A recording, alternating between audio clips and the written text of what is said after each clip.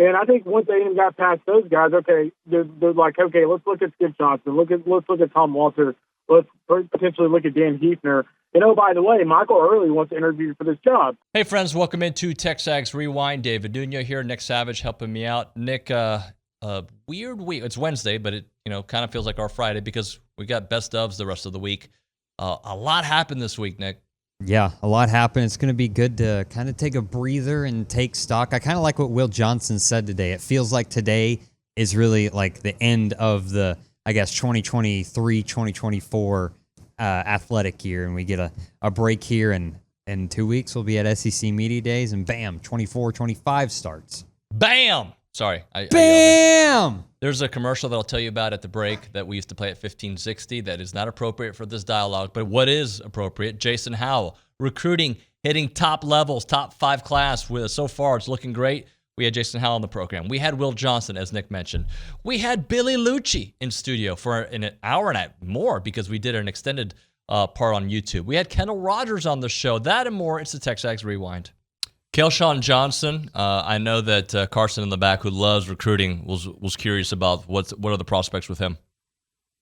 Yeah, A&M seems to be in a really good spot there. He's announcing on Monday, July 8th, Texas, USC, Arkansas, Texas Tech, kind of rounding out his top schools as well. But A&M's had some real momentum there since he visited in early June. And I think Coach Wiggins has done a phenomenal job there. I'd give the Aggies the edge. He looked really, really good over the weekend at State 7-on-7 championships, playing in Division II there with Hitchcock. And you saw when he turned on the Jets, man, he can really get gone in a hurry. Brings a lot of speed and quickness to the table. Definitely a dynamic piece. And A&M looks like they may be in the driver's seat there. Any other players in California that the Aggies are interested in? You love Cali. Well, right now, I think the 4 that they've got were kind of the main targets. They were also in on DJ Lee, who chose Alabama. He visited in June. I think that was also seen as more the long shot out of the 5 that they had.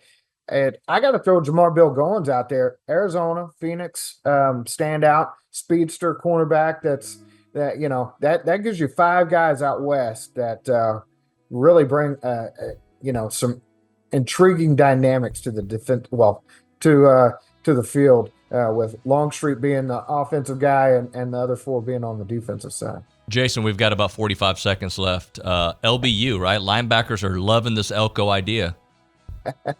Yeah, and Bateman does a phenomenal job. He's got, that defensive staff has people fired up, and it's this is a great crew. Kelvion Riggins, let's not forget about him. One of the first guys to pull the trigger and get the momentum rolling with Texas A&M, and you got to love what they're doing out there, I wouldn't be surprised to see another addition.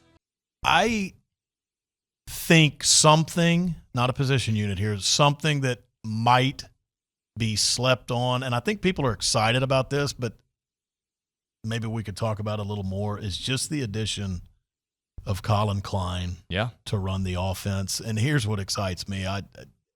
Anytime I talk football when it's on the offensive side of the ball, I always talk about how A&M in these past few years, they've been fine offensively. They can move the ball. It just resulted in a lot of field goals. I mean, Randy Bond tried more field goals than anybody in college football last year. Colin Klein comes in. He's a guy that can end drives with touchdowns. His red zone touchdown percentage last year at Kansas State was one of the best in the nation. A&M has to greatly improve on that. They could get to the red zone. They couldn't punch it in the end zone. Explosive plays. I think he can find ways to create more explosive plays. A&M moved the football in past years. They didn't have explosive plays, and they weren't great in the red zone, though, when they moved the football. What that equates to is kicking too many field goals to win a lot of SEC games. Colin Klein comes in, and I think he's got a recipe of explosive play potential mixed with really good red zone efficiency and creativity to end drives with touchdowns. He is maybe the addition of this whole thing that I'm watching that maybe I'm most excited about for those reasons. People have talked about him, and I think people are excited about Colin Klein. I think I'm a little more excited than most people, and maybe that hasn't been talked about enough. I know it's been talked about, but maybe not enough. But the addition of Colin Klein and the way he'll handle the offense is something that don't sleep on that, because I think that's going to be huge for the Aggies this year. Well, Slosh did do it in baseball. That one was right. Now, Texas took him, and there's a joke to be had there for the Longhorn fans, and trust me, if it was, that doesn't bother me at all, because if it was on the other side, I'd be unbearable. So be unbearable, because I'll laugh with it, I'll own it. But I was right about that one. Dude took him to within, 2 runs of a national title in 3 years, 2 trips to Omaha. And football was, turned out to be the big miss. And he just almost got it there. But ironically enough, and by almost, I mean, finished number 4 in the nation in 2020 and had the number 1 class of all time. But what happened somewhere along the way, culture and an ability to adapt both died. And that's crazy to me, because that was why I was so up on Jimbo, because he won a championship at Florida State. And it wasn't just Jameis. It was like a 5-year window there of absolute and complete dominance. And you could say, well, it's just the ACC. No, you go watch and look who they beat out of conference. Look what they won in the postseason. Like, they were a dominant force in college football. Somewhere along the way, he couldn't replicate that here. And I think on some level, when that happens, like, if you're the people here, you're doing yourself a disservice if you don't say why. Yep. Why have we had so many presidents? Why have we had so many athletic directors? Why have we turned over so many coaches? And it's always their fault. Whether they fired or they leave, it's always their fault. That's why yesterday was so encouraging for me, and this week in general. You have Trev Alberts that handled, I think there is a working relationship that can be had between regents and athletic director, where it's not really the regents calling the shot and they're letting the AD do his job, but they want to stay informed. That's fine. And then there's, I think the board is in the best place it's been in a long time, just knowing the people on it. I think you listen to President Welsh anytime you listen to him. And then yesterday I thought was a really big moment, big day for Trev Alberts. I mean, here's how it kind of went on. Obviously, A&M engaged, Brian O'Connor.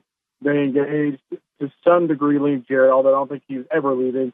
And then Tony Vitello was the guy I think they really went after. And I think Tony, from what I understand, he's pondered the idea. I think the idea of getting Tony, and I think Billy would agree with me here. I mean, the idea of getting Tony seemed far-fetched, but from what I understand, like, he's seriously considered it. So the thing, if you're A&M, if you can't get those 3 guys, and, people are going to say, oh, well, A&M is not a big-time program, and they would never go to a place like that. Well, Tony has a gold mine in Tennessee. He can get whatever he wants. Ron O'Connor has a son that's a senior in high school, didn't want to move his kid. And Lee Jarrett was brought back to Florida State specifically by Mike Martin's family. Like, he's not going to burn that bridge. So it's just, timing is everything in coaching searches. If a year from now and Brian O'Connor's kid is out of high school and playing college baseball somewhere, it's probably a different story. But that's where A&M was. And I think once A&M got past those guys, they're like, okay, let's look at Skip Johnson. Let's look at Tom Walter. Let's potentially look at Dan Hefner. And, oh, by the way, Michael Early wants to interview for this job.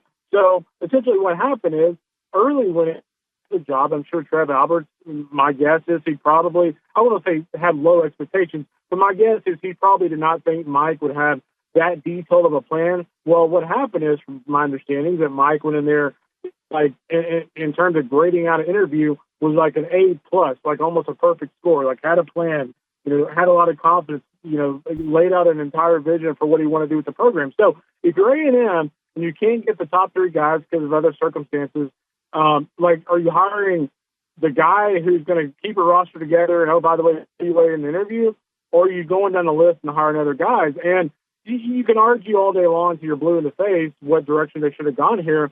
But especially in the short term, I think they probably made the right decision. All right, Nick, tell the people what they should do. You got to like, comment, subscribe, watch all of our content on YouTube. Go to TexAgs.com and subscribe there.